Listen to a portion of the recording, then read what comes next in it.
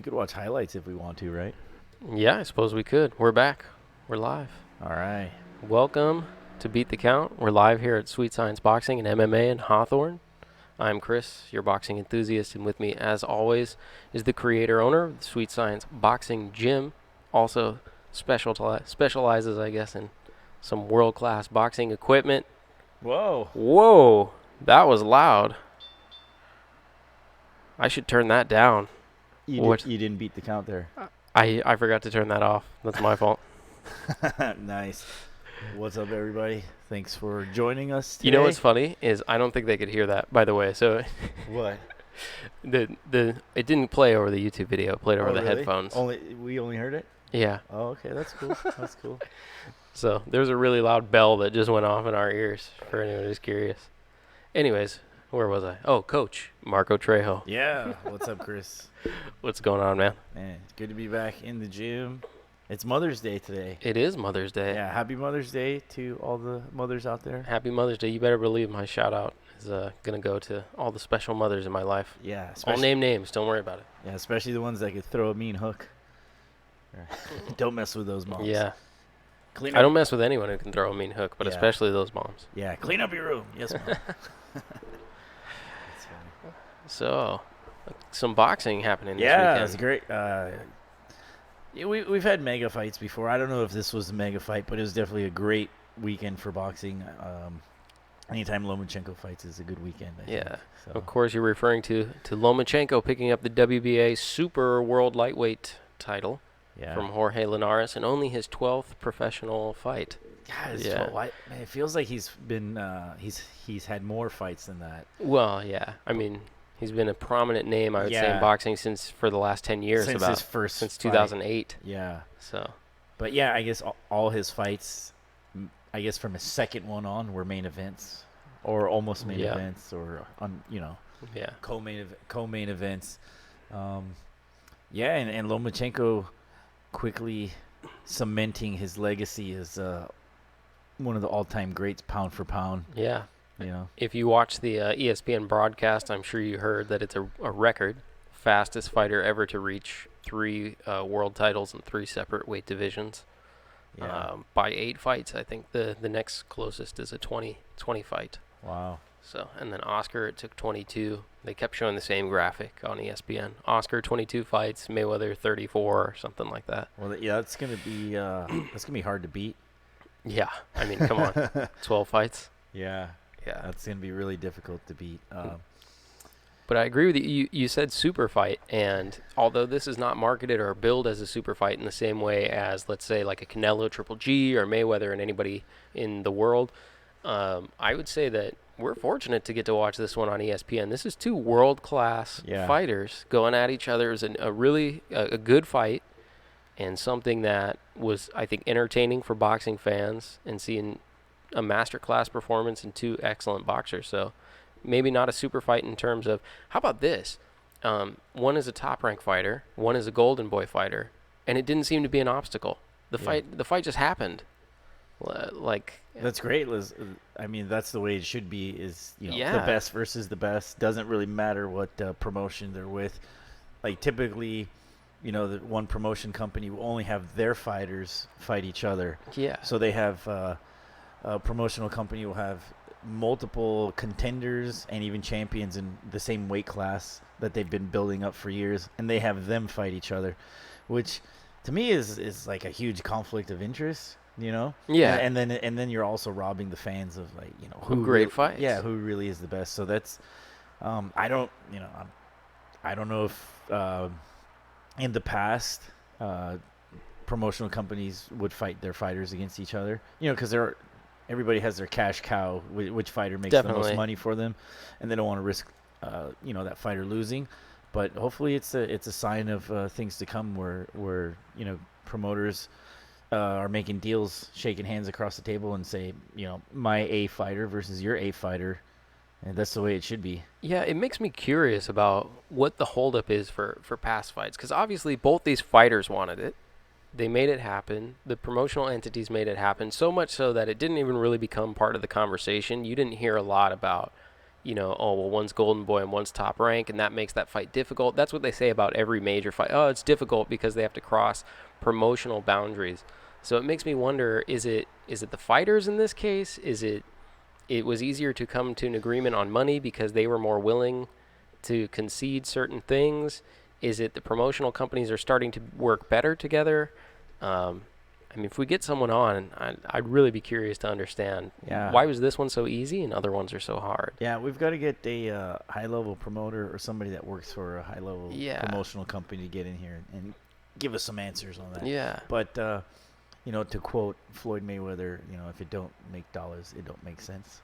I think he said that. But this made both, But, yeah, I got to imagine in the past, if the fights don't get put together, it's because the promoters – maybe it was too one-sided. They didn't make enough money, and every promoter has stake in a fighter. They've spent so much money, and it's like risk versus reward. And if they're making enough money to get back what they invested, maybe it's worth it for them to take the risk. But if not, and then all the experts and critics just say, oh, they can't make the fight for whatever reason because. But at the end of the day, if it doesn't make dollars, don't make sense.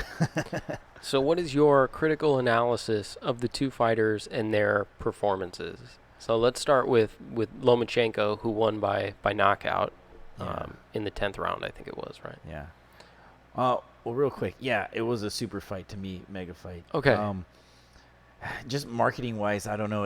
I guess it didn't appeal to the mass, like Triple G and Canelo. They don't have the same following, I suppose. Yeah, but as a boxing fan, a boxing coach, I mean, skill level, that's as good as you can get. Yeah. So that was a super fight for me. I think that it's a super fight. It didn't quite get the billing. It didn't get all that stuff. But in terms of the athletes who are participating in this fight, the champion, the challenger, going into it, both incredibly skilled fight. These are two fighters who, if you guys haven't checked out training videos for Lomachenko or training videos for Jorge Linares, I know we've talked about Linares' training videos, which I watch all the time, but Lomachenko's too. Have you ever watched that dude? Oh, yeah. He's got great footwork videos. Oh, man. He just has also some extremely unconventional training methods. Yeah. I watched a video of him jumping into a frozen lake. Yeah. Or hitting the tennis ball off the wall or off his cap. Well, it's funny. It seems like, there's traditional training, and then there's always training that's a little bit outside the box. And it always seems like if you watch Instagram or YouTube that every boxer or coach is always trying to come up with some unorthodox way, some really creative way to build up speed and reaction. And some of them are just really funky, But in Lomachenko's case, I think, I think it helps. They're doing it right as far as those unorthodox methods. But yeah, as far as his performance, somebody asked me before the fight what I thought, and I said I thought Linares would pull out 2 rounds if it went the distance. And okay. I thought it would probably go the distance, mainly because he's a bigger guy, and I've heard how strong he is. I think it took Lomachenko a little while to get warmed up, just to get used to the reach and the size. I didn't expect him to finish with a body shot, to KO Linares with a body shot. I agree. He's a smaller guy, but a shorter guy he'll be seeing the body a lot more than he can see the head. Sure. So he probably recognized those openings, and took advantage of those openings when he could. But yeah, to drop a bigger man with a body shot, that's impressive. He still did his thing. He looked really busy to me most of the fight. From the 3rd round on, he looked very busy. And I think that's kind of why he got caught. He always moves around a lot.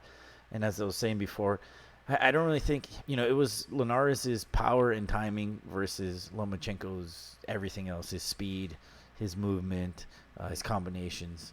But I almost feel like Lomachenko kind of walked into that punch a little bit. Yeah, he definitely did. Yeah. Straight in, too. Yeah. For all of the technique and angles and everything that people give Lomachenko credit for, which he used a ton in the fight when you watch, and the combination punching, you can see all of that. But that was just a straight coming forward, step in, ate a right hand punch. Yeah. But I think, it was Yeah, Linares posed some really good challenges and problems for him, and I think his main thing, even though he's fast, Lomachenko's footwork and hand speed is double the problem for Linares. So he had to rely on timing, and that right cross that he caught him with, that's the southpaw killer. Yeah. So, I mean, that was his best shot right there to get him. And I think that's anybody's best shot, really, to get Lomachenko.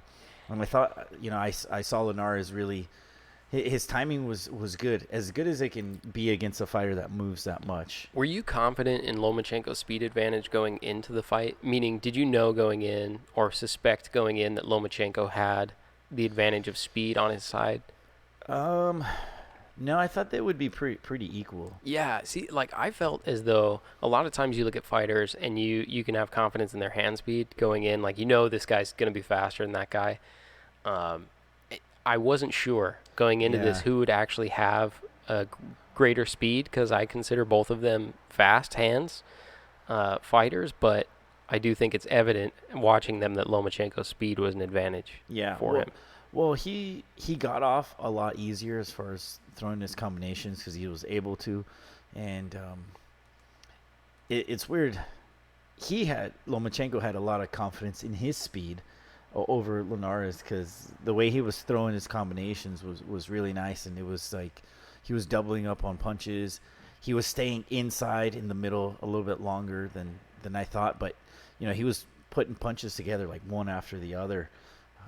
So he had a lot of confidence in his speed over Linares, and I think he used that spatial awareness and that distance really good, to kind of close the distance. Linares is taller, has longer arms, so he's going to need a little bit more room to get off, and I think Lomachenko took advantage of that. Let's take a look at this. So we got a comment here, Punches and Bunches, Boxeo. I'm going to give you a shout out for posting a comment. Thank you. All right, we got somebody watching. Of course, we always get comments. I just don't always call them out. This one in particular, I want to mention because he referred to it more as a flash knockdown.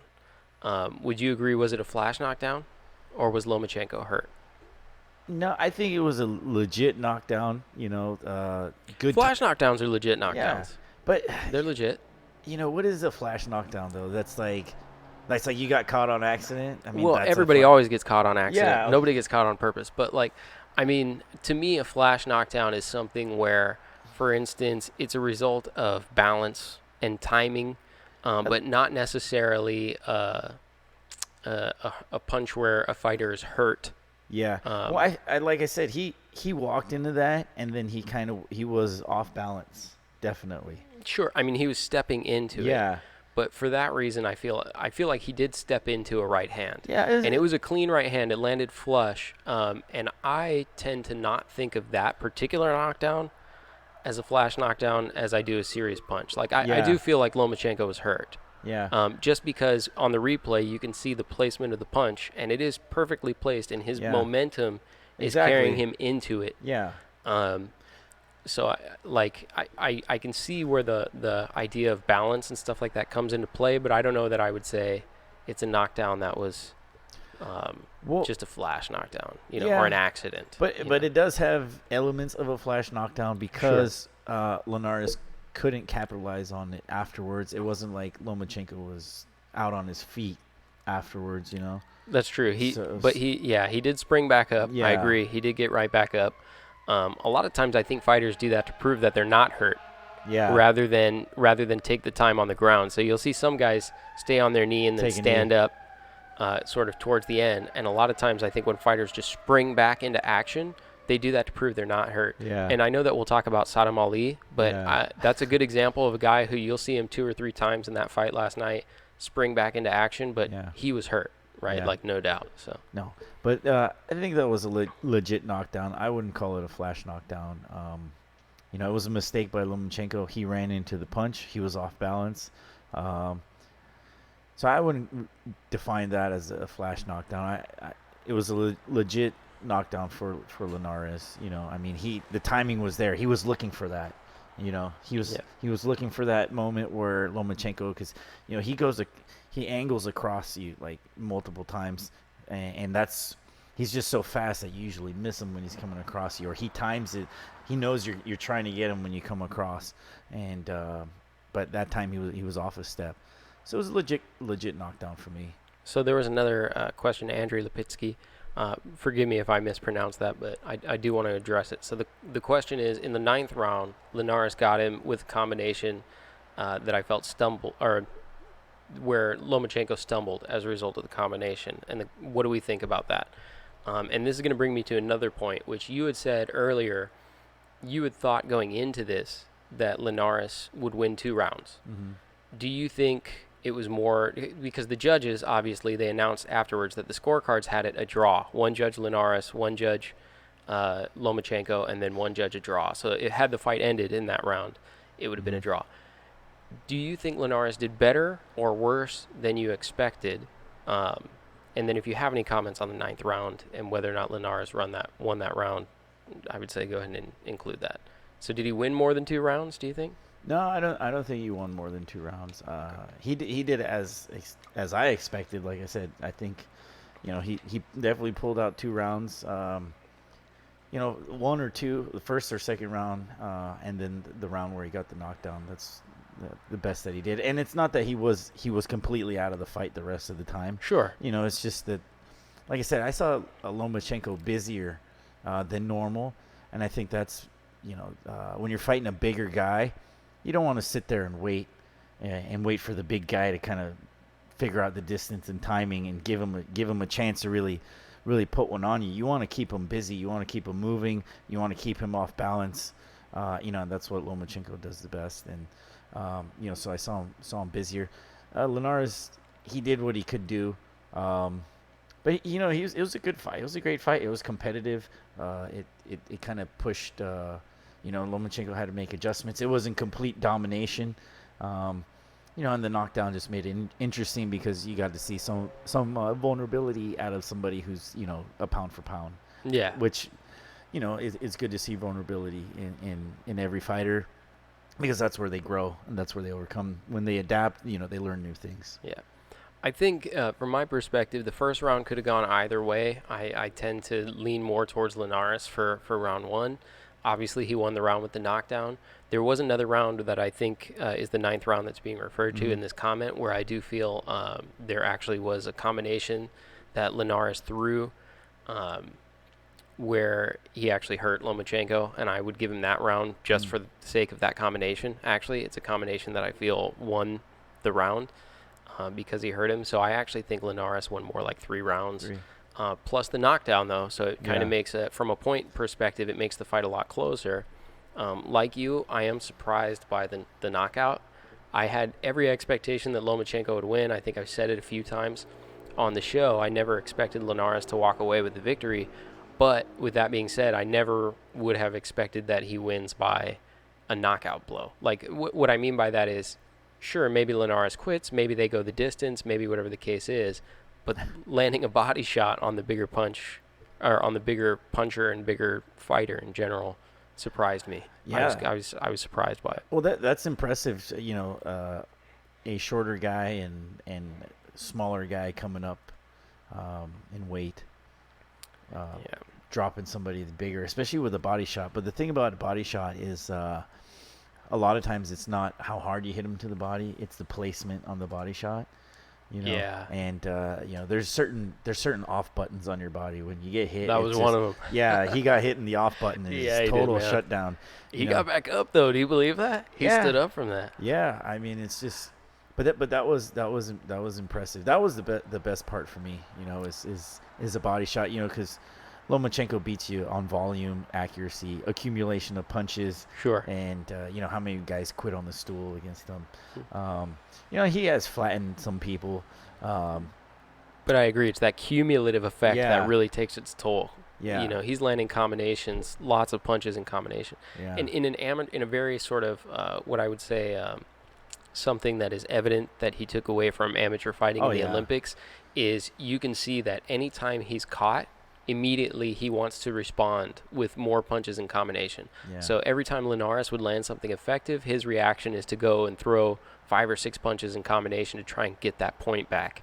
Yeah. And sometimes it worked, and other times I think he didn't get the better of it. Yeah. Well, that's what makes him exciting, and that's what makes the fans like him so much. It's just, he's in there to win, and he likes throwing punches, and he does different things with his footwork and his angles. So it was a good fight. I think, and part of the reason I think now that that Golden Boy and Top Rank made the fight, this was some, and not that is Lomachenko's fault, but this is some redemption for the stinker of the fight with Rigondeaux. You think so? Yeah, I now that I think about it, I'm like, you know what? They probably got together and was like, man, I know Lomachenko just cakewalked over Rigondeaux. Yeah. But as far as like financially, business wise, and selling tickets and the appeal of that Rigondeaux fight, afterward, that left a bad taste in people's mouth. And has nothing. Lomachenko did what he's supposed to do, but that was a build as a super fight too. It was. And that was. We got nothing out of that one. So I was redemption. far more excited for this fight than I was for Rigondeaux. I was personally, yeah. Like I said, I kind of follow both fighters. Yeah.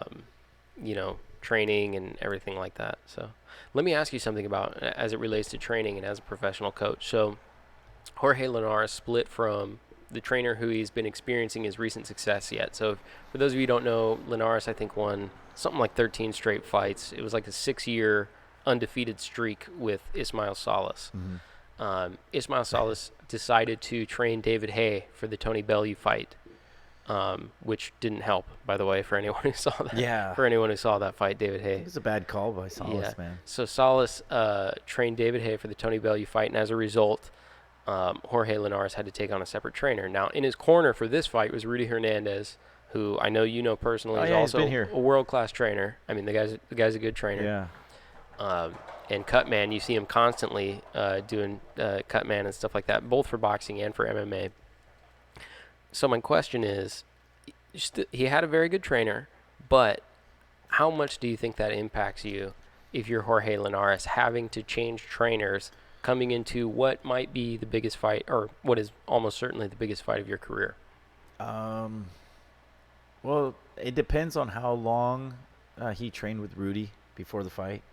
How long they had to prepare a game plan. But for me, that's a poor decision, and it's a bad look for Linares' coach Salas. To take the David Haye fight. I agree. He either took he made that decision, and I'm speculating, but he had to have taken that decision based on, I'm getting more money with David Haye, and I really think that we can beat Tony Bellew. So, and then what that says is the opposite, is I'm not getting enough money with Linares, and we don't stand a chance with Lomachenko. And I mean, that's so it's a confidence sort of destroyer. I personally, if I was a fighter, I'd be like, screw you, man. I'm not working with you ever again. It's like, so he may not go back. Think, if you're Linares. I mean, he may not. I don't know. I'm just speculating here, but I would be pissed. I'd be like, dude, this is the biggest fight of my career. We've been together for so long. We've been winning for so long. Why are you leaving me for somebody who got knocked out their last fight against the same guy? Yeah. He's rematching. He got knocked out. Dude, this is Lomachenko, biggest fight of my career. Come on, dude. Let's get to work. That's true. I'd have been furious. I'm like, well, fuck you then. Get out of here. Don't ever call me again, dude. Which he may have been. We don't know, right? Yeah. So it could be they may not have parted on excellent terms. I believe I read an interview with Ismael Salas where he said he's not certain, but he doesn't see them sort of reconnecting again. Well, something must have happened then. Well, like you said, he decided to train David Haye, so. Yeah, then Linares must have been pissed, Maybe. But rightfully so. Maybe the David Haye, like I said, maybe the David Haye fight gave him more money. Which I'm not sure how many spectators were there, but that took place in England. I'm sure it actually was quite a large fight. Yeah, he probably 50,000 fans versus 15,000 or 10,000 versus filling up Madison Square Garden. Yeah. So when it comes to that, that's a tough decision. It's a tough position for the trainer to be in, because if he needs the money, but sometimes money's not the most important thing, especially when you have a real shot at greatness in boxing. because the money comes after that. If you beat Lomachenko, you're standing on top of the world. If not, then you're exactly where you always been. So a follow-up comment, and I'll ask you this question as well. Was the stoppage warranted? So basically, Linares in the post-fight press conference, or even before that, in the ring, I believe, he questioned the stoppage by the referee, insinuating that it was too early a stoppage and that he could have continued having stood up from the body shot. Well, didn't he stay down? He looked like he was getting up like right at like 9 He and 10. basically got up at 9 and 10. Yeah. No, man. I don't think it was too early. No, I think, with boxers, He did stand up from it, and I respect it. He stood Yeah. up of his own free will, but he stood up like basically on the count of 9.5, of course, and got waved. Yeah, that's to me that's an excuse. That Yeah. boxers always say early stoppage. A lot of boxers say they early do. stoppage. They do. When they lose, a lot of boxers say early stoppage, and I equate that to a lot of people that are in jail say I'm innocent. I didn't do anything. Yeah, It's the same thing. I feel like if it you're going to was stand fine. up on 9.5, then just stand up on 8.5, and you don't have to worry about it. Exactly. Like- Exactly. And like- he looked like he was thinking about it for a few seconds too. Yeah, before he that got shot will up. make you think about it. Yeah. That one. Yeah, well, he was like, should I get up? Should I not get up? Let me Yeah. wait till about 9 or 10, so Yeah, then I yeah. can get up and look like Get the excuse. he's a warrior for sure. And not taking anything away from him, but Sure. and those body shots have those debilitating, paralyzing effects. Yeah. So you could sit there and think about it and want to get up, but your body doesn't respond. However, mind over matter. Yeah, You it's know? the old if you Conor want to get your ass up. The old Conor McGregor, let me go out on my shield comment. Like, get out of here. Yeah. No. Throw a punch. You know what I mean? Throw a punch sometime in the Yeah. last 2 minutes of the fight, Yeah. and maybe you can go out on your shield. It is what it is. Get up. If you could have got up, Yeah. you would have got up. We all know how boxing works here. Yeah. Like, That was a good question, though. No, it is a good question. I was just, and I agree with the commenter there. Good comment. Thanks, guys. Yeah, keep them coming. Yeah, exactly. So, let me ask you this, I should say, I had mentioned, I think in a previous show, that the World Boxing Super Series was already targeting these two fighters for their second season. So they wanted Linares, they wanted, of course, Lomachenko and other people in the 135-pound realm. They're not going to get that now because of this fight, basically throwing a wrench in that. But They still could, right? I mean, They why still- wouldn't they? Why wouldn't they? for 135 pound, Yeah, I mean, this would have been the premier fight at that weight division, I think. yeah. Well, Linares could. I mean, if he's in there, then he beats everybody and gets a rematch. Yeah, that's true. He could Yeah. go. But well, they've also, and we'll talk about this. They've also sort of switched the season 2 to bantamweights and pulling all the bantamweight champions instead. But so 135 and 140 are basically open at this point. Terrence Crawford vacated everything at 140. Mikey Garcia sort of reigned at 135, just picked up a belt at 140. Both fighters have commented on the potential of fighting Mikey Garcia. Is that a smart next fight for either of these fighters? Or what do you think they should do in terms of weight, in terms of what their next goal, immediate goal should be? New weight division, new title? Should it be more titles, same weight division? Let's start with Lomachenko. What do you think he should do there? I'd like to see him stay at 135. Okay. I don't. For him to get. I just asked, by the way. I got a comment about this. Should he stay or should he unify? I think he should stay. I just asked. Because he didn't get hurt really bad, but he took some big shots. I think, like you were saying, the few. ninth round. Yeah. And there's a big power difference. From him. Every time he moves up, these guys are bigger and stronger. Every time he moves up, and there's gonna be a demand from the promoters because they want to make more money. They want to make mega fights, and the fans want to keep pushing them. But I'd like to. For me, he should stay at 135, dominate for many years. Okay, so how about this? Mikey Garcia has said he's willing to come back down to 135 to unify and specifically to fight Lomachenko. So Mikey Garcia at 135 or someone else? Yeah, take on the best. You think so? Mikey Yeah, at 135? absolutely. I think this is where Lomachenko could stake his claim. Be like 135, that's mine. And anybody wants to come up, come down, whatever. This is where I'm at. You know where I'm at. If you can make 135, come and get it. I think that would be the smartest thing for him to do. And maybe, he's only got what do we say, 12 fights? 12 fights. So he doesn't have a lot of mileage as far as pro fights and taking a lot of damage. So if he keeps moving up, he's going to take more damage, take bigger shots. I think he's got to maximize his earning potential at 135 and really be the king of that division.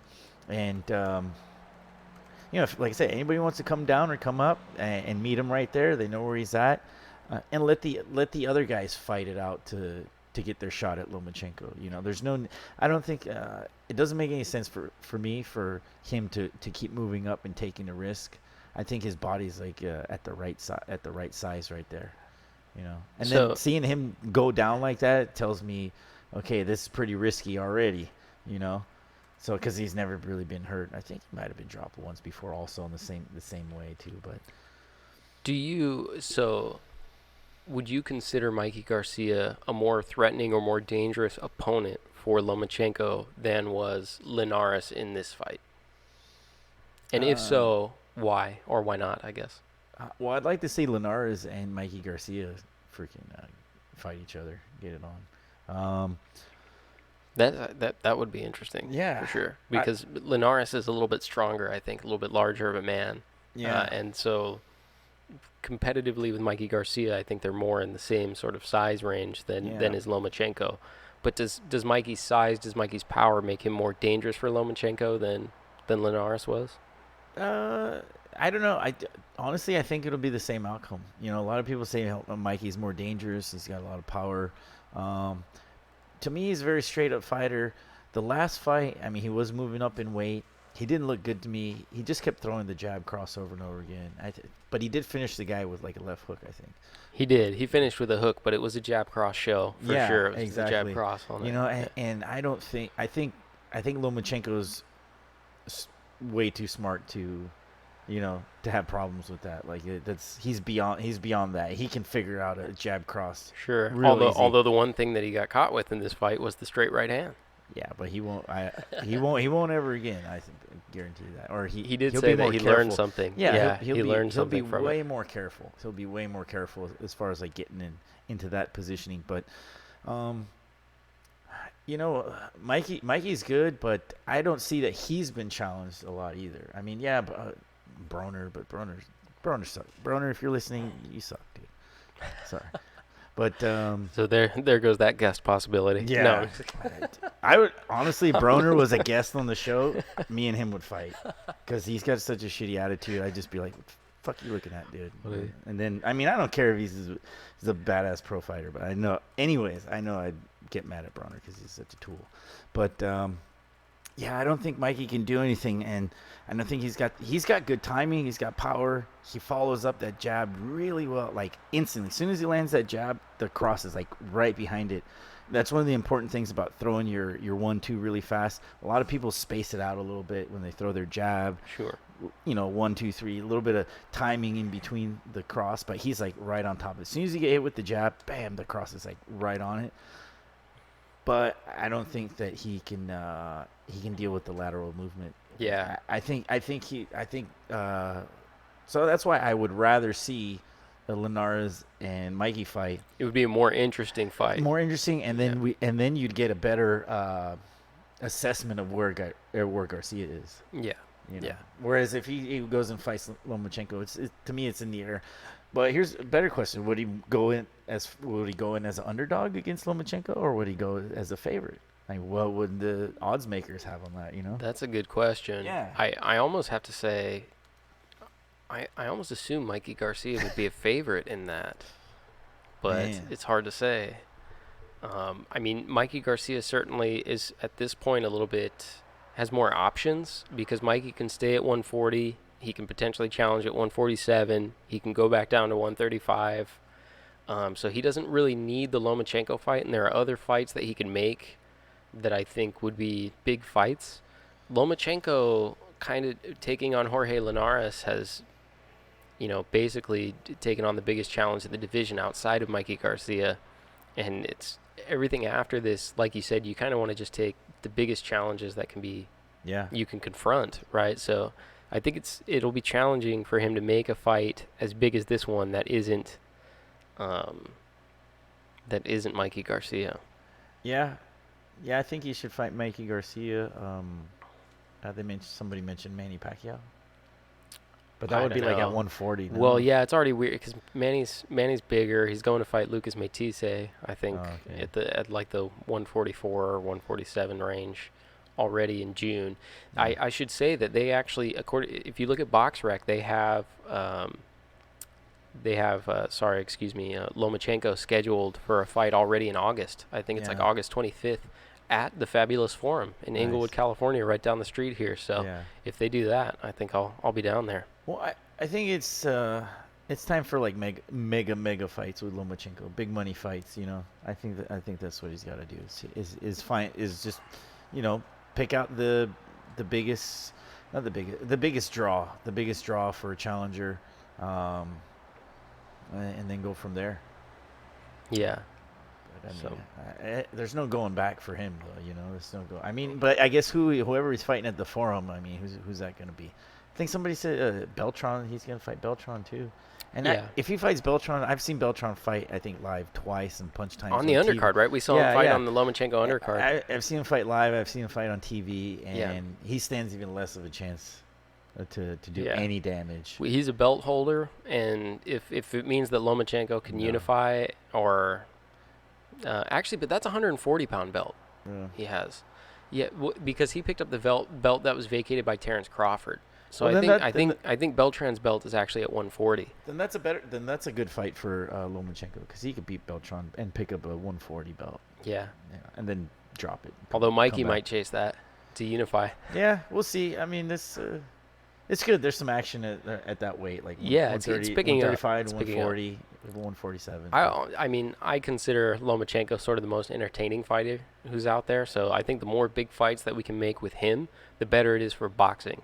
Yeah. Right? So the more big fights, the more prominent you can make Lomachenko right now, the better it is for the sport, not necessarily for and probably for his career, actually. I think he's carrying the torch right now, you know, because for a second there, well, not for a second, but you know, for a good while it was Canelo, but I think he screwed himself with the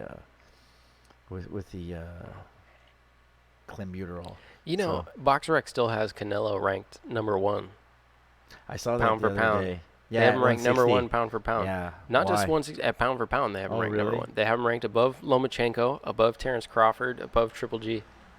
They have him ranked above all those guys. I think that has more to do with there's got to be some relationship with Golden Boy and BoxRec, I think.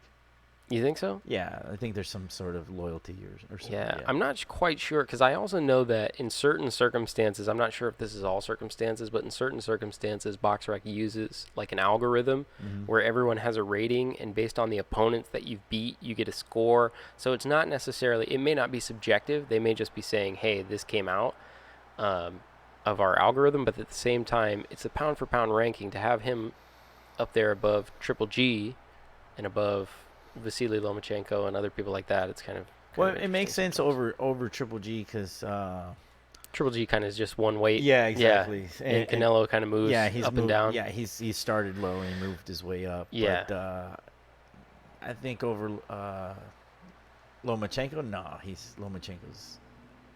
I think he's pound for pound, you know, and I think he could, even though I want to see him stay at 135 for a while, I think he could still do some damage at 140. You know, his boxing abilities against the likes of like Ray Beltran and stuff. For sure. Yeah, for sure. I think if Terrence Crawford could get down to 140, right? Well, Terrence Crawford, the only reason I don't see it is just because he was unified. Terrence Crawford was the 140-pound undisputed champion. He vacated all the belts because nobody was there to challenge him. And he cleaned out the division and then left it. Yeah, but so to go back now is kind of like. Yeah, but then this is where you get into the mega fight territory, where you get these undisputed, you know, champions that beat everybody else there is to beat. This is when they got to fight each other. Sure, but a lot of times you as the heavier champion at 147, assuming he beats Jeff Horn, which I assume he will do, right? I assume he will beat Jeff Horn. So he might decapitate him. I don't know.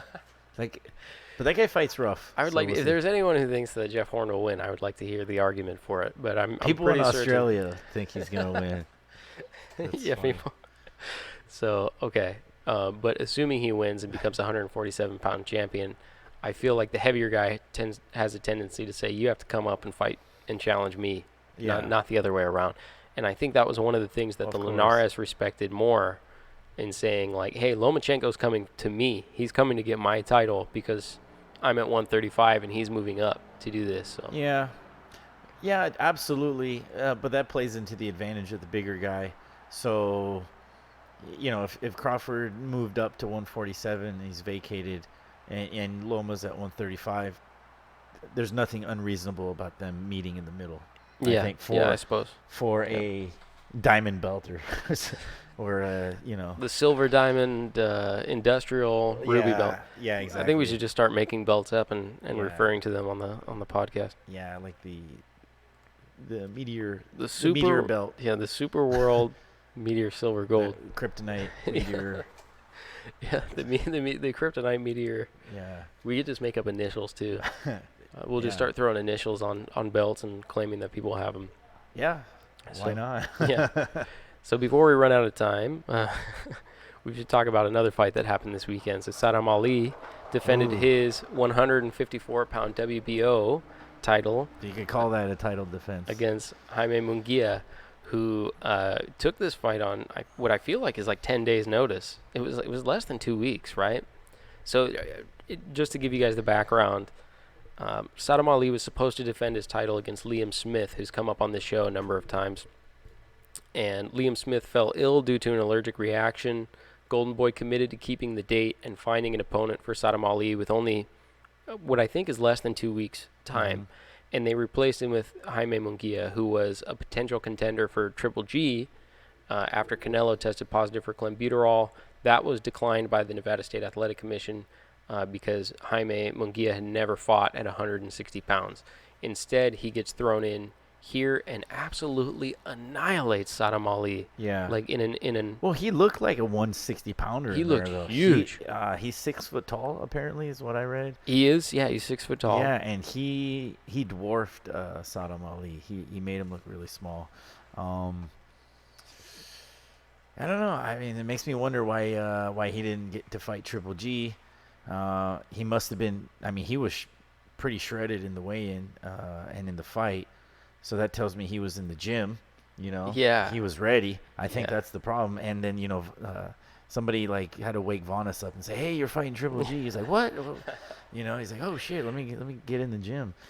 So he looks like a dangerous prospect. And not to take anything away from Sadam Ali, but who's also a good fighter, a good boxer. But to me, he didn't have the pop to really deal with somebody that strong. Clearly, yeah. I mean, I think he was TKO in the 4th round. Yeah. He went down 4 times. He actually went down 5 times. So the one that they called a throw there was some throwing involved, but it's only because he was on his way down. Yeah, he was grabbing and then him. grabbed so that he would stay up. Yeah. And saw that. was ultimately thrown. It was a knockdown. No, and the other thing too, I was telling you I was reading this, I was watching this YouTube video and people were making comments, and this one guy's like, "Man, this Munguia guy, he could beat Triple G and this and that." I'm like, dude, Sadam Ali is not Triple G. Yeah, he's a good boxer, he's a world champ, but he doesn't have many out of like 22, 23. I don't know how many fights he got. He's like in the mid 20s. He's got like 12 or 14 knockouts. So he's not a heavy knockout artist. This other guy, Munguia, he's got like 22 knockouts out of 25 fights. And then Sadam Ali's he got knocked out by Jesse Vargas, and Jesse Vargas is not a knockout artist. He's a good boxer. Yeah. But he got knocked out by Jesse Vargas, and then he went the distance with Miguel Cotto, who's had like almost 50 fights With the ruptured bicep. with a ruptured bicep, and he couldn't finish the guy. I think Cotto ruptured his bicep mid-fight. Yeah, it was early. Yeah, maybe the 6th round, maybe earlier than that. Max Kellerman called it grosque when he saw the muscle. Yeah, and good win for Sadam Ali to have Miguel Cotto on the on his resume, but it's not a prime Miguel Cotto. You know, Miguel Cotto's best days to me were like in the 40s, right? Like 47 or somewhere around there. But Welterweight, yeah, yeah, 147 were his yeah, he was primary, and then awesome. as he got older, he went to 154, and he Yeah, took that title off Yuri Foreman, and then kind yeah, of stayed there, even though yeah, he's always been small for yeah, that. Yeah, exactly. So the to me, Miguel Cotto's like prime when people talk about him, and his prime days is gonna be 147. But Sadam Ali is not to take anything away from him again, but he's one of those fighters that, and for lack of a better term, a little bit of a sacrificial lamb to build up this Munguia guy, and but because this guy looks like he's got the body for it, and I'll tell you what, he's got room to fill out because he looks strong. I mean, even though Ali is like, hey, he took some shots, he got knocked down, he didn't get like completely flatlined where he was unconscious, knocked out, but Munguia could be good. He's one to watch for sure. I looked at his resume. He fought his last 10 fights. There was some undefeated guys, some guys with like 25, 30 fights. A lot of guys from Mexico. So he's one to watch. But I caution people to crown him or hype him up so much off of this one win. yeah. I mean, I would say the same thing for the criticism about. I've seen a few of the comments of people saying that he could have beaten Triple G and stuff like that and all this different stuff. I get saying that it may have been more competitive than Martirosyan was for Triple G, and I can see anybody who says, hey, man, this guy would have been way more competitive than Martirosyan. They should have given him a chance. I understand that. But Triple G is like a top 5 pound-for-pound fighter in the world. He has an obscene amount of power, which is evident, and I think it's a little premature to jump to that he tortured Sadam Ali for sure. And I will say that what it looked like was a middleweight fighting a welterweight. That's what it looked like. It looked like a guy who should be 160 pounds fighting a guy who should be fighting at 147. Yeah. And as a result, he was just blinded by the power of someone. Yeah. Roy Jones said that they should not have let him come out for the 4th round. His corner should not have let him come out. In fact, the referee asked the doctor to stop the fight between rounds 3 and 4, and the doctor allowed him to continue into round 4, which kind of upset the referee. And you can see for the 4th round, he's actually looking for any chance to wave the fight off, the first chance that he gets. Should they have let him go out for the 4th round, and why or why not? Considering he'd been knocked down 4 times in the first 3 rounds. You always want to give the fighter a chance to make that decision. So I mean, if they asked him and say, "Hey, you want to keep going?" and he said, "Yeah," that's up to him. But at the same, his corner said, "Keep going too." Yeah, so. Yeah, that's up to them. I mean, if anything bad happens, that's on them. I wouldn't blame the. They know what they're getting themselves into. I wouldn't blame the referees or anything. But sometimes the referee does let it go on too long. No, I think that's totally fine. I mean, some fighters, that's the thing with the boxing. Like, if you quit on the stool, people talk shit. Yeah. And then that's true. And then if you go out there and if you go out there and you fight and then the referee stops it, then the fans and the critics question the referee for not stopping it soon enough. So it's a double-edged sword. It's a double-edged sword. However, it was pretty obvious that he wasn't going to do shit. Yeah. It was obvious that he's not going to win.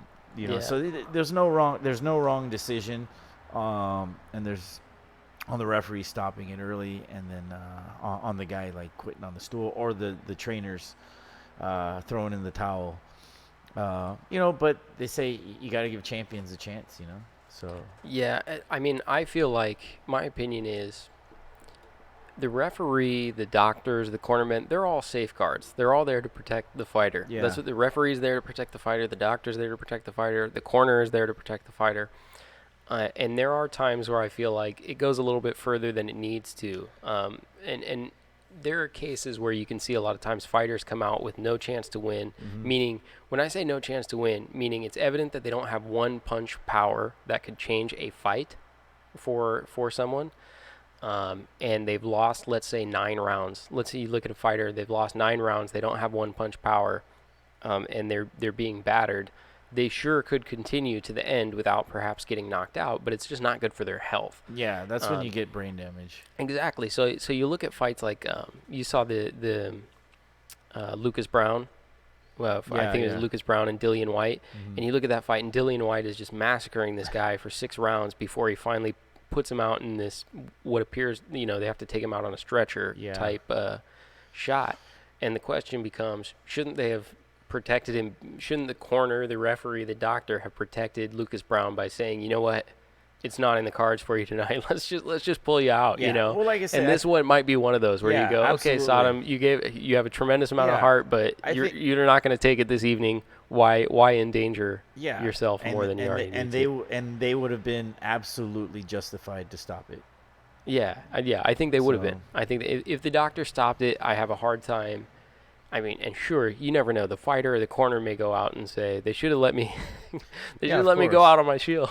Right? Well, yeah, exactly. The old Conor McGregor, let me, Jorge Linares. They should have let me continue. No, but they would totally been justified. And at the end of the day, like you said, these guys they got to protect the fighters, And you got to protect the fighters from themselves, because a lot of times they'll say, I want to keep going. Yeah. I feel like fighters almost always say that, unless they're fighting Lomachenko, I guess. No, but he didn't. I mean, he didn't stand a chance. Yeah. So Jaime Mungia is now the WBO. Comes seemingly out of nowhere and is the WBO world champion at 154 pounds. Correct me if I'm wrong, but I saw Robert Alcazar in his corner. I do not recall if Robert Alcazar was in his corner. If anybody knows that, let me know. Because I was reading some comments on YouTube, and they said, "Man, this Munguia guy, if he gets himself with an elite trainer, he could be, something spectacular. He could really do some damage." And my reply to that is, I think I saw Robert Alcazar in his corner, and Robert Alcazar is like the architect who he had Oscar De La Hoya for his first 20 fights, and that guy's a hell of a trainer. And if that's who he's got, then he's just fine. So he's gonna be scary. He's gonna be exciting to watch because he throws some good punches. Yep. And the question for now is, where is he going to go from here? So the other champions in that division are Jarrett Hurd, who just put a beating on Erislandy Lara, pretty good, not too long ago, and picked up 2 of the belts. And then of course one of the Charlo brothers. I always get confused about which one is which because they're twins. So it's I think it's Jermell Charlo. Well, is the other 154. Stylistically, the Hurd fight would be that would be so fireworks, man. Dude, Jarrett Hurd versus Munguia versus Munguia. That'd be pretty cool. Yeah, that would be a good fight. There would not too many back steps in that fight. There's 2 guys going forward. Dude. That'd be a good fight. That might be interesting. Yeah. So couple opportunities for him to pick up another belt. There's another champion in that division, but I don't know who it is, to be honest. I couldn't tell you. I could look at BoxRec. Let me see. It looks like it's Brian Carlos Castano. I'm not familiar with him. I don't think I've seen him fight. Brian Carlos Castano has the other belt. If IBO's vacant. If any investor or network executive is listening, just start a boxing channel already that has all the fights. But that's really hard. That's really hard to do because you got so many entities. You can't do it. Yeah. It's just not possible. I think. At least maybe a boxing news channel that could replay the highlights of all these fights and then. And I know what your first show could be. Oh yeah, exactly. Yes. No, but Coach Chris. Yeah, beat the count. But that's on your new boxing network. And that's the thing is, I love boxing. I think MMA is a great sport. However, it was Alcazar. We got a confirmation on the on the comment. Thank you for confirming. Yeah, Alcazar's a badass trainer, man, and he's really credited with making Oscar who he was for, like I said, the first 20 fights. Even after that, Oscar bounced around from trainer to trainer after Alcazar, but that's the main one that he had. And he has worked with a couple other fighters that have gotten to championship level. So he's got a good one on his hands right there. And that guy's a beast, man. Yeah, he looked like a monster. Yeah. If he's able to stay in that weight class. Yeah. Jeez. But I was saying that's what I like about MMA and UFC. Yeah, I mean you've got UFC and Bellator; those are the two main ones. Um, but as far as like MMA news and UFC, it's easy to follow who the champions are, who the prospects are, who the contenders are, who's in line for the title. You know, yeah, and you get to see all these people in either like the UFC prelims or the main UFC. So that's what's nice about it. With boxing, you're like your head's like spinning in 20 different directions. Yeah, I was gonna say I defy anyone. So for anyone who thinks before calling me out for not knowing who the other champion was in that weight division, go look at BoxRec's champion page. Oh my gosh. It's like 50 something fighters long. The fact that I didn't know one is okay. Yeah, and then how many? And then I haven't seen it's him got is okay. the WBC, the WBA, the IBO, the IBF, and a couple other the ring. Well, and their own, Yeah. their own, and that's and this doesn't account for Ring Magazine champion. It doesn't account for pound, Yeah.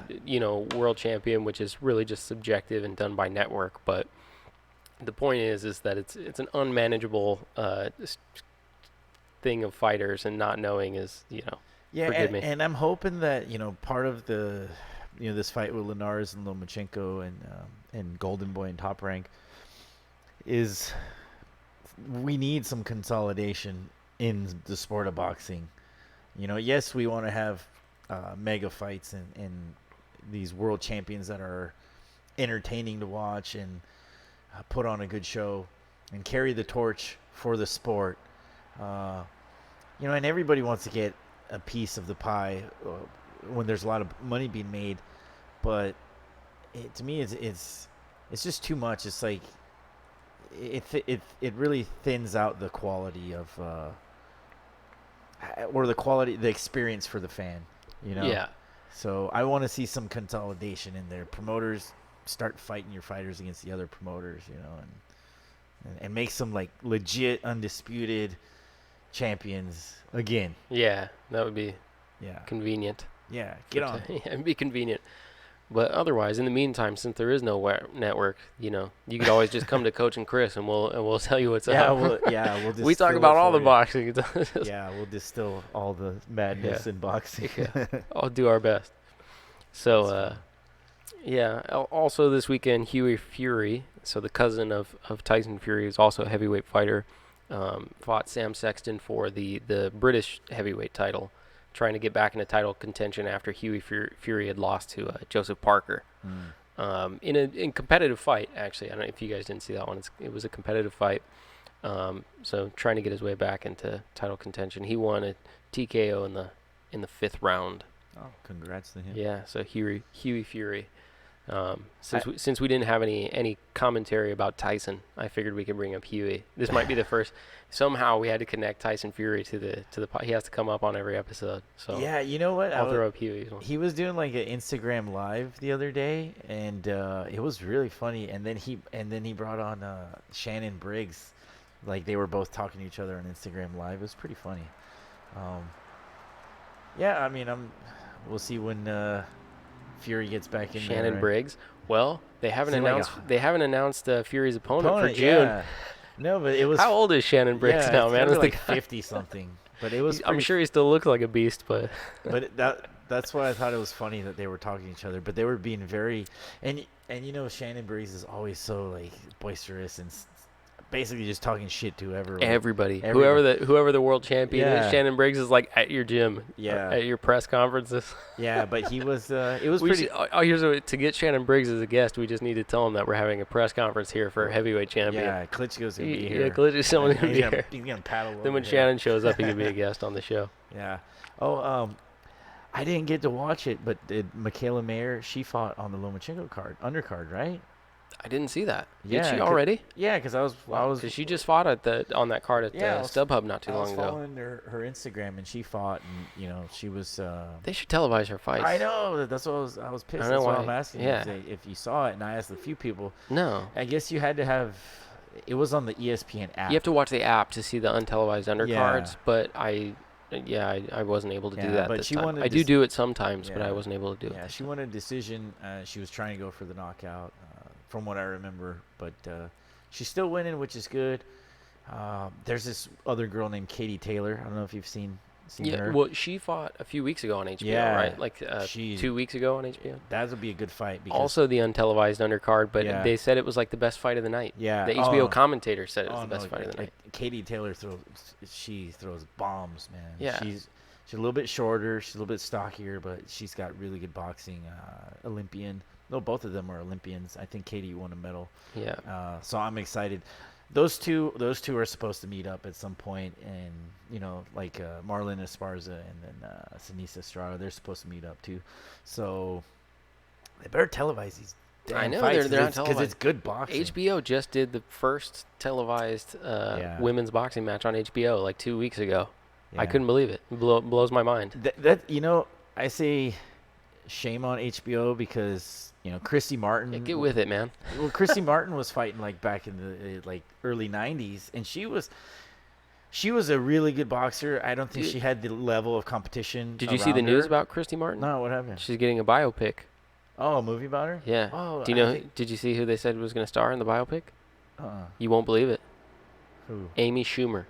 What? I swear. Serious? I swear, man. Movieweb.com said that Amy Schumer has been cast as Christy Martin in the biopic. Well, she better start working out, man. Like Christy Martin was never like ripped up, but she was a hell of a boxer. Maybe she'll get an Academy Award. You never know. Yeah. Sometimes these people, they do the biopics and it brings out the actor in them. Yeah. No, but like I said, Christy Martin was putting on good fights back in the day, and well, I guess getting the women's boxing in the Olympics was a big step, and then raising the level of competition. But I want to see, man. I want to see Katie Taylor and Michaela fight. I want to see Sinisa Estrada and Marlon Esparza fight. I want to see Clarissa Shields and what's it? Christine Hammer, I think's her name. Yeah. I want to see them fight, and then they're not exactly the same weight class, though. I think. Really? I think they're one weight class separated, aren't they? Clarissa Shields and Christine Hammer. I'm not sure, but I know they've been smack talking back and forth. Yeah. And then we were talking about earlier that now Cyborg. So Cyborg wants to get in the mix in Cecilia boxing. Braekhaus. Yeah. So that's pretty crazy right there. Although I read that in terms of crossover action, that Cyborg would actually be a more entertaining matchup than some of the other MMA boxing crossovers that we've seen in the past, because apparently she sparred Clarissa Shields. She has a background in boxing, and of course she beat Holly Holm. Yeah, who was a great boxer herself.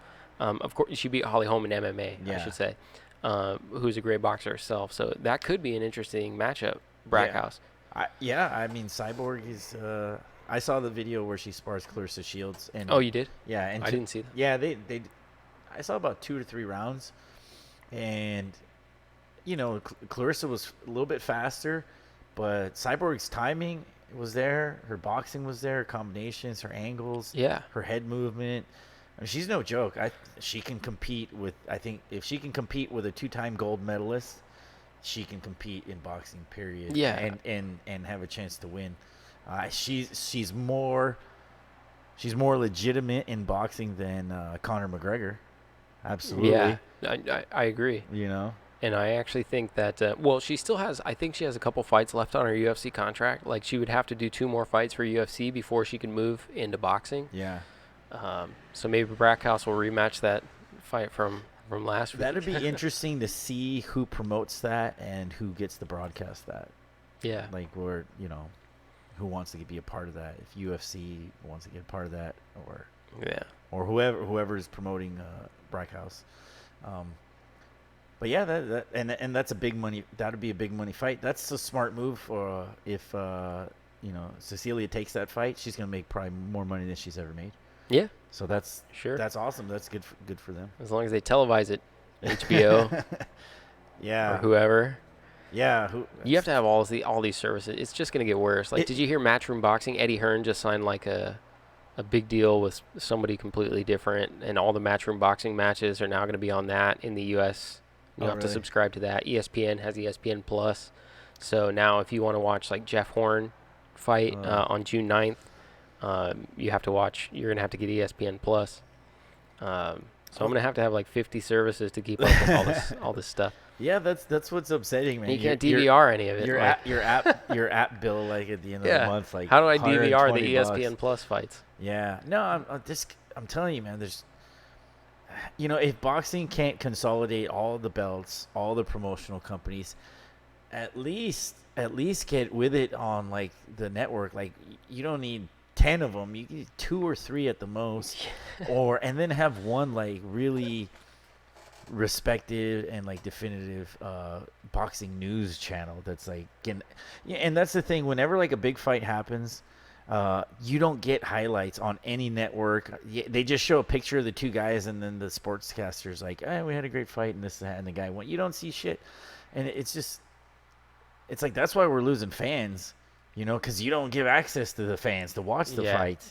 Every time I have to watch something on Sky Sport, which it really, by the way, what that means is Facebook. I have to like Facebook somebody live streaming it. Yeah. To see a fight. It drives me nuts. No. I know I complain about it every time that there's a Sky Sport event on here, but no. Seriously. And a lot of people watch their stuff off YouTube when it gets, put up like afterwards, the highlights or whatever. And a lot of times they put the fight on YouTube, but it'll get taken down later on. I think that's what they do. I'm sure they do. It's only up for a little bit, So if you get to catch it in that window where like nobody's like blocked it, then you're good. But if it ain't us, if it ain't Coach and Chris that are bringing this awesome boxing news channel that's gonna have all the highlights, somebody please do it, because there's a lot of great boxing, and this is. Should we just start our own network? Yeah, we should. I don't know where we get the money for it, but this is also like where you got a guy like Munguia, where it's like he's a badass fighter. He's got some. I guess he turned pro when he was 16, but he had a pretty solid amateur background where he's a junior Olympic champion. And this is where like everybody's like, I never heard of the guy, but it's like. It would be cool if we did hear about the guy, if we did see a little bit of him, like when he was coming up. So it doesn't seem like these guys are just pulled out of nowhere, and because they lose credibility, or they don't have that credibility coming in, and they just came out of nowhere, So we should do that as like a series or something like that for all these fighters like Jaime Mungia. We just make like a 10-minute video. Who is this guy? Yeah. They always do that before the fight, though. So right before they show the fight, they'll do the quick 10-minute. This is where the guy came from. Yeah. Telling his story, doing all that. That's what they throw in as filler.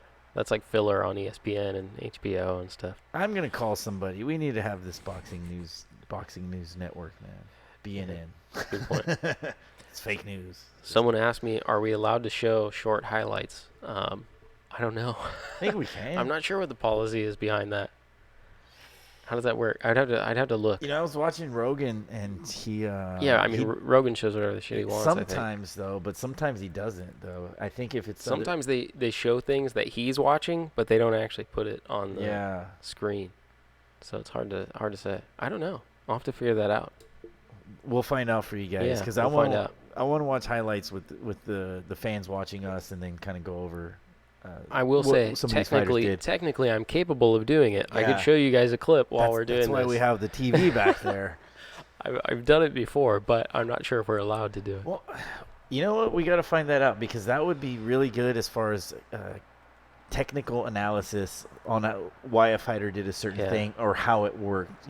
Because we can talk about it, but when we show the audience, this is Lomachenko stepped in this way, or Linares stepped that way, and then he threw a jab down low to set up something else, or he fainted to the body but came upstairs, and you could actually show it. I think that'd give more appreciation and more. I was gonna say earlier when you were talking about Mikey Garcia, his 1-2 as a weapon, I wanted to point out that like if you just watch replays of that, you'll learn how to perfectly place a jab right hand, because it's like. But describing it is actually challenging. The guy's back like literally changes directions as he does it. Like his back is facing one way on the jab, facing the opposite way on the right hand. Oh, he's sharp. That's great. Yeah.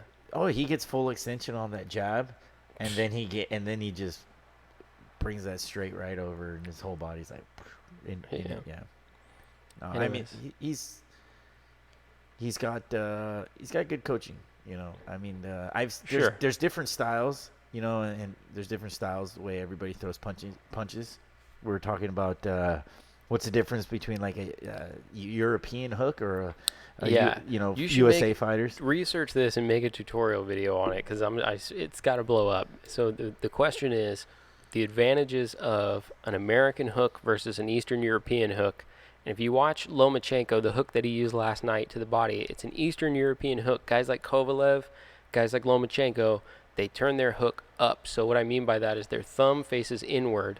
Americans tend to have their thumb face up when they throw a hook. So when you watch Floyd Mayweather hit a bag, his thumb is up when he hits the bag. Eastern Europeans turn their thumb in. And I obviously I learned up, but I am curious about what the advantages and disadvantages are of each variation of it. Yeah, absolutely. Yeah, you have to make a tutorial video on that one. Yeah, well, I mean, if I had some European fighters too, that Some would be Eastern good. European fighters? that would be good to help explain it. But yeah, I normally teach beginners to throw their hook with their thumb up. He just, you have more of a surface area for when you're landing the punch. Sure. Less Especially- precision required, perhaps. especially when you land on on the ear. When you land on the ear and you get some air in there, that throws your balance way off, and that really it hurts like a mother when you land that hook with your thumb up with the full fist on the ear, or then when you land it right on like the back of the jaw. However, when you have your thumb down, that I teach that more for like on the inside when you're going to throw a hook on the inside when you don't have that much space. Yeah. And then also, I think you get, like I was saying, you get a little bit more rotation when you add the Yeah, you so have the maybe you thumb get the down. whip effect a little Yeah. bit more. Bam. Yeah, you get, and then you get your forearm involved. The other way, I feel like you only get your chest, your shoulder, your bicep, and then your hip movement. But the other way, you can just rotate the wrist, and then you get the forearm in there. I don't know if Triple G does the East European hook. I'm pretty sure Triple G Right. uses an Eastern European hook. that Yeah. dude has so the- meaning he turns his thumb inwards. That dude has the ugliest forearms, meaning they're like friggin' so much muscle in his forearms. And he works his forearms out a lot. And I got to imagine it's for that turn when you got your thumb down, Yeah. So. But that's what makes boxing really interesting is that, over the years, the different coaches that I've met, you've got Mexican-style boxing, you got American-style boxing. In America, you've got you actually have different style from the guys on the East Coast to the guys in Texas, and then the guys on the West Coast, and then you got the European style of boxing, and then you got the English style of boxing, and styles make fights, and it's nice to see good examples of them, and then see it's kind of like in MMA when jiu-jitsu is like taking over and or kickboxing or whatever, and at this moment there's a lot of badass East European fighters, a lot of Ukrainians and Russians and Kazakhstan. And amateur, I think it was Kazakhstan, they took like 5 medals in the last Olympics. So they dominated. So it's interesting to see like what styles are most successful in boxing right now.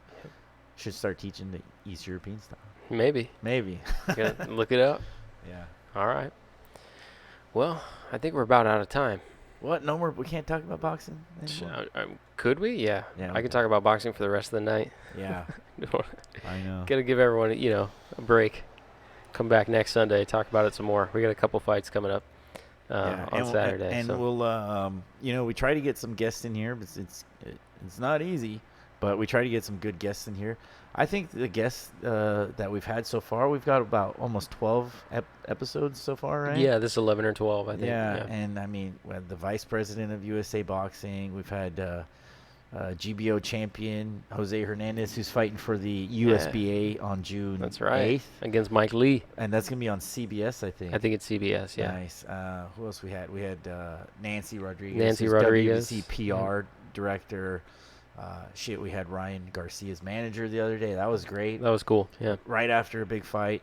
So, yeah, I mean, keep watching. We're going to have some really good guests coming up, I think, I want to get some more champions, some WBC champions in here. Love to get a doctor so we could ask them I actually, if we got a doctor in here, like I said earlier, I'd Yeah. have all kinds of questions. When do you decide to like stop the fight? So someone asked me, what time? So the time is sort of flexible. Yeah. So we do this every Sunday, but it depends on if we have a guest, for instance, like Nancy or some of these great people we had in the past. We're normally pretty flexible for Yeah. their schedule. So it'll be on Sunday, but sometimes it depends on when the guest is coming in. Yeah. Otherwise, it's normally in the evening. Yeah, 6 or 7 o'clock. 6 or 7 Usually o'clock. 7. Yeah, we should be Right. better about this, but Yeah, but absolutely. But we'll have some really good guests. I'm gonna try to get Zurdo Ramirez in here, Gilberto Ramirez. He's the 168 WBO champ. I'm gonna try to get David Benavides, who's also the 168 oh man, WBC champ. David Benavides. You guys haven't checked out clips of David Benavides. Do Oh, yourself yeah. a favor on that. So Yeah. I'd love to. I want to see if I can get those guys back to back. You know, because there's a chance they could fight each other. You know, Yeah. to unify belts. We'll get Rooster in here, Nico Macias. He's 16-0 or 17-0. He's out of Tehachapi. He's a WBC Americas champ at 154, and you know he's a prospect. And I've asked his dad about it. Like, what do you think about fighting like the Charlos of the world? And this guy like Munguia, holy crap! Munguia. Yeah, you know, and it's Rooster's a hell of a fighter. He's got a motor on him like you wouldn't believe. Never gets tired. You know, but I wonder if he can get to that elite level. You know, and he's a homegrown kid that I've seen. So it's just interesting to watch these fighters develop and how they manage developing and making the changes, adjustments, and growing into from a prospect to like a junior champion to a world-class contender. You know, it's pretty interesting.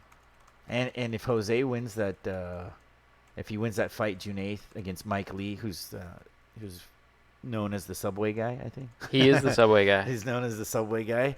I'm hoping Jose wins because he's a good friend, and not take anything away from Mike Lee, but you know, his dream, his goal is obviously a world title fight, and if he gets that USBA, which is a part of the IBF, Yeah. I think he's like 3 or 4 fights away, maybe 5 at the most. Smart, selective fights where he gets better and better. He could actually have a chance at a world title, which is crazy. That is crazy. So pretty Yeah. awesome. And then we'll get him back on. Yeah, then we'll get him back on for sure. So yeah, we're gonna bring some guests to you guys, and then we'll find out if we could watch some highlights to give you guys technical analysis. Yeah, and Kevin, your pupil, says what's up. Kevin? Yeah. Oh man, I know Kevin. I think it's been a while since Oh, I know. Yeah, Kevin. He wears glasses. I tell him. Hopefully you're the one that wears glasses, bro. No, he's the biggest 12-year-old we got. Cool. All right, man. Awesome. I think it's time to wrap up. You have any shout outs for this week? I got some too. You know, just to my mom, happy Mother's Day, Mom. Thank you for everything you do. Appreciate you. And everybody at the gym here knows my mom, so very, very special lady. And I think I'm going to take her out to dinner right after this. Good idea. Yeah. Yeah. So happy Mother's Day. You read my mind. My shout outs are definitely to all of the wonderful mothers in my life. My mother, Eileen, my grandmother, Anita, of course, my wife, Shenandoah, my friend Jan, Tori, all the lovely mothers in my life. That's where my shout out's going. Yeah, all the moms. They've got quite a job on their hands. Yeah. Being a mom. But anyways, I think that's it for this evening. Yeah, that was fun. That's Beat the Count this evening. We'll be back next week. Thank you guys for joining us. I appreciate all of the comments that you guys are leaving. Make sure you like the channel, subscribe, hit the notifications button so you'll know when we do the Sunday event. You'll get the email notification. Yeah. Smash so that you like know that we're button. live. Yeah, smash it. Not the unlike Punch button. Whoever that guy is who keeps hitting that unlike button. There's like one 2 guy. guys. There's one guy for sure. I don't know. Maybe there might be one individual who genuinely unlikes it, but there's one guy for sure who hits unlike every video. The last week we posted the video, and by the time I walked outside from the show, it had an unlike. Like there's no way that you could watch it. in How that could you amount not? of How time. could you not like us? There's Come no on. way. There's no way. Yeah. It's somebody with a vendetta, but it's Yeah. okay. It doesn't bother me. It's all good. If you ain't doing it right if you don't got haters. So we're But good. yeah, thanks guys. All right. See you later. See you later. Peace.